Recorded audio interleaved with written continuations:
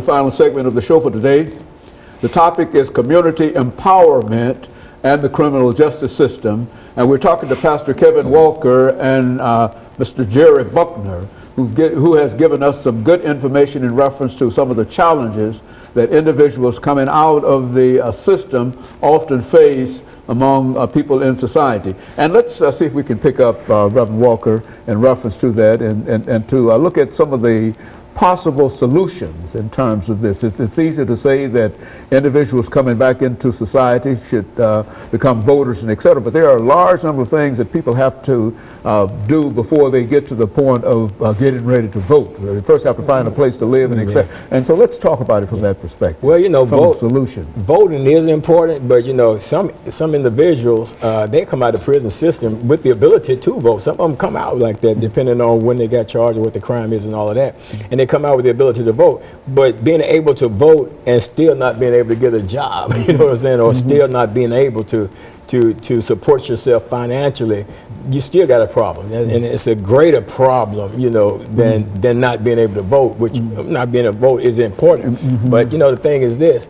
I meet with a lot of people, Dr. Haney, and a lot of people with great ideas, excellent ideas on how to do this and how to do that and how to make changes in our society. But a lot of the time, they don't have the financial resources to make it happen.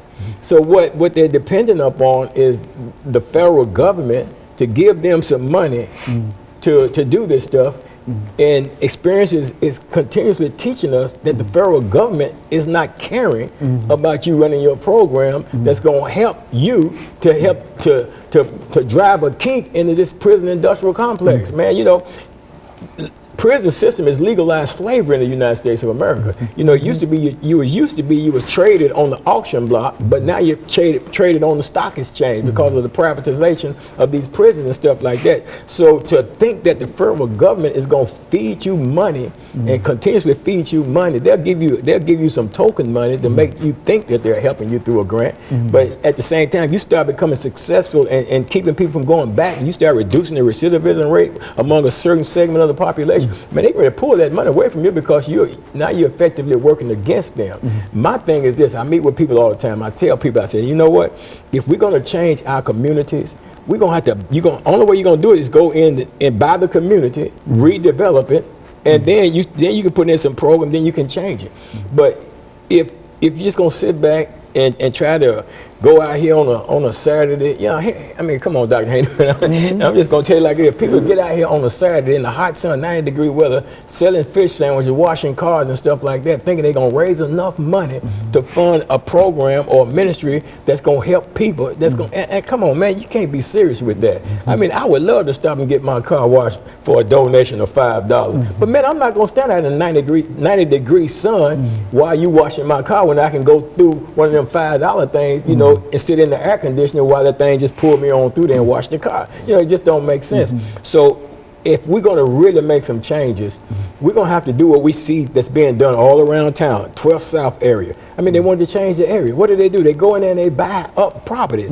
I'm not saying they ain't swindling people out of property. They paying good money. I sold 2 pieces of property in that area out there back a few years ago. But the thing is, they go in, they buy the property, they redevelop it, and they set it the way they want it to be. We can do the same thing. You know, if I want to change 12th Avenue North, then what I need to do is go buy 12th Avenue North. Buy the houses on 12th Avenue North, revitalize, refurbish, restore that community right there. Because when you do that, you're going to give people that's in that community a sense of hope. And the ones that can't catch the drip, then those are the ones you get out of there. Then you beef up the police protection, make a demand up on the Metropolitan Police Department to come in here and police our area in the right way, and not in a way that intimidates people, but in a way that lets us know that you are truly there to protect and to serve. See, because no sense having a neighborhood watch and you communicating with the police, but you're getting their message, but they're not getting our message. You know what I'm saying? Our message is we want to protect and serve. We don't want to intimidate and harass. We want you to come in here, build a relationship with us. I believe that's one of the reasons why it's so hard for the police to solve these cases, so many cold cases now, because of the lack of rapport that the police department has with the neighborhood and with the community. And I think it's so important. And I tip my hat to his pastor, Pastor Kirk out there, because he's actually doing something. He's got an entrepreneurial mindset that and I met with him just one time, and from that one meeting, I understood that, man, my thing is not about grants. My thing is about generating your own, you know, and from private foundations and things like that, and not begging the government for stuff that we should be creating and generating ourselves. I mean, that's just how it should work.